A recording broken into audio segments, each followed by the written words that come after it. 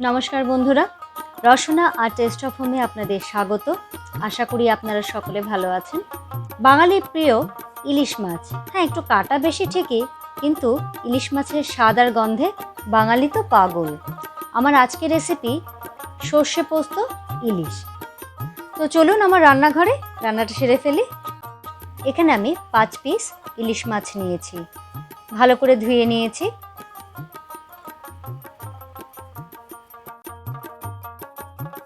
এখানে একটা পেস্ট তৈরি করে নিয়েছি। 2 চামচ কালো সর্ষে, 1 চামচ পোস্ত, 5টা কাঁচা লঙ্কা আর সামান্য একটু জল দিয়ে একটা পেস্ট তৈরি করে নিয়েছি।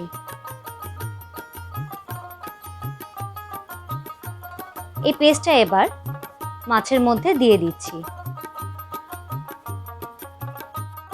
দিয়ে দিচ্ছি স্বাদ অনুযায়ী নুন, হাফ চামচের একটু কম হলুদ আর হাফ চামচ কাশ্মীরি লঙ্কার গুঁড়ো আর 2 চামচ সর্ষের তেল। ভালো করে সব উপকরণগুলো মাছের সাথে মিশিয়ে নিচ্ছি।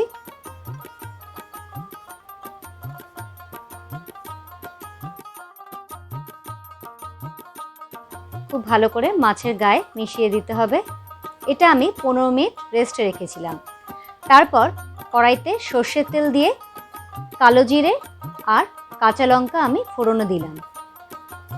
কাঁচা লঙ্কা ফোড়নে দিলে বেশ সুন্দর একটা গন্ধ আসে। এবার গ্যাসটা লো ফ্লেমে করে মশলা মাখা মাছটা দিয়ে দিচ্ছি। সাবধানে একটু নাড়াচাড়া করে নিচ্ছি যাতে মাছগুলো না ভাঙে।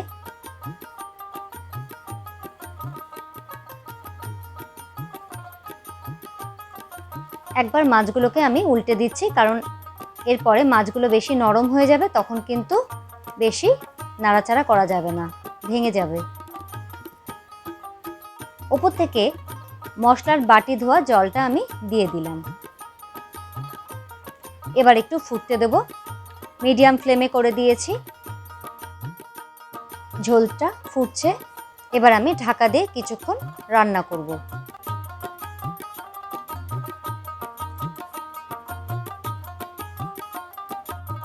তিন মিনিট পর আমি ঢাকা খুলে কয়েকটা কাঁচা লঙ্কা দিয়ে দিচ্ছি।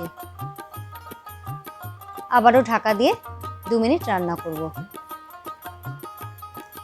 2 মিনিট হয়ে গেছে, ঝোলটাও অনেকটা টেনে এসেছে।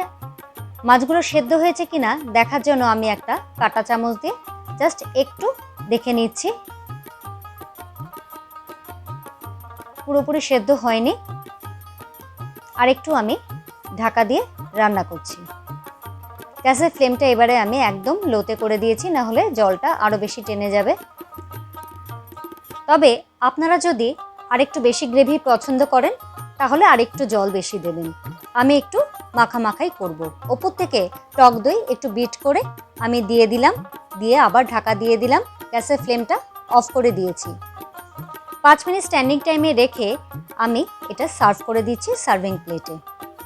তাহলে আমার সর্ষে পোস্ত ইলিশ একদম রেডি খাওয়ার জন্য। এখন শুধু দরকার গরম ভাতের। গরম গরম ভাত দিয়ে এটা জাস্ট জমে যাবে। তাহলে বন্ধুরা, আশা করি আমার এই রেসিপিটি আপনাদের ভালো লেগেছে। আর ভালো লেগে থাকলে অবশ্যই একটা লাইক দিয়ে আমার পাশে থাকবেন।